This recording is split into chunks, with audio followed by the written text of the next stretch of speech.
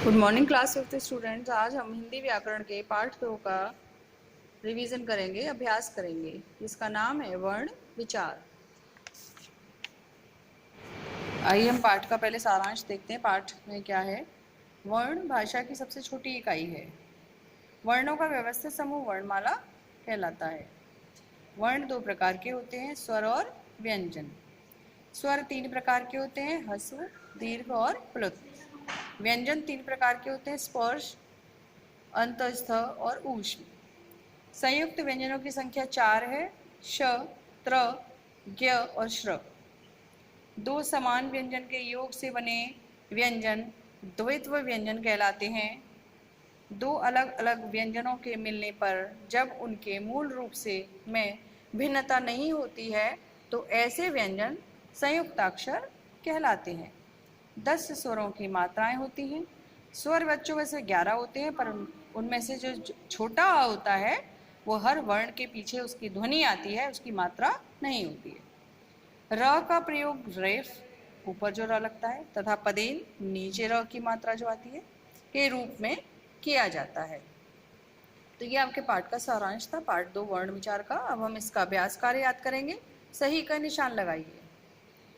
किस स्वर के उच्चारण में सबसे अधिक समय लगता है? तो आपका सही उत्तर क्या है? ह्रस्व स्वर, दीर्घ स्वर या प्लुत स्वर।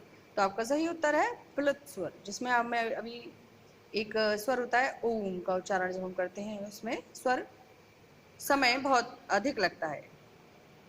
किसका उच्चारण नाक और गले दोनों से होता है? अनुस्वार, अनुनासिक, विसर्ग। अनुनासिक का जो उच्चारण है वो नाक और गले दोनों से होता है।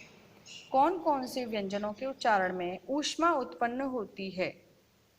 स्पर्श व्यंजन, अंतस्थ व्यंजन, ऊष्म व्यंजन। नाम से ही इसका उत्तर छिपा हुआ है, देखिए, ऊष्म व्यंजन। सभी व्यंजनों के साथ कौन सा स्वर जुड़ा रहता है?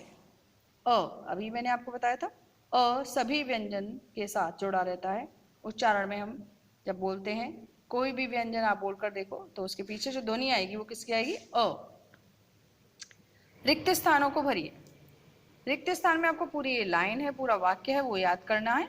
स्वर का उच्चारण स्वतंत्र रूप से होता है। स्वरों का वह रूप जो व्यंजन के साथ प्रयोग किया जाता है मात्रा कहलाता है। कंठ, तालु, मूर्धा, दंत व ओष्ठ यानी कि होंठ के स्पर्श द्वारा स्पर्श व्यंजन का उच्चारण होता है। य, र, ल, व अंतस्थ व्यंजन हैं। स्वर रहित व्यंजन के नीचे हलंत लगा देते हैं। अब इसमें आपको अनुस्वार और अनुनासिक लगाकर इन शब्दों को बताना है। आंख, आंख पर क्या आता है बताइए? अनुनासिक। नवंबर, अनुस्वार, बिंदी। सास, सांस, अनुनासिक। लंगूर, अंगूर।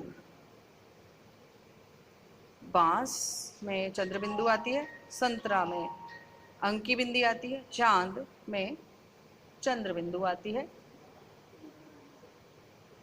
तो जितना भी बच्चों ये कार्य है आप सब कुछ लिख कर देखिए। खाली स्थान है या शब्दों को की रचना करनी है, सही का निशान लगाइए, सब आपको लिख कर देखना है, क्योंकि आपकी परीक्षा में ये सारा कार्य आएगा।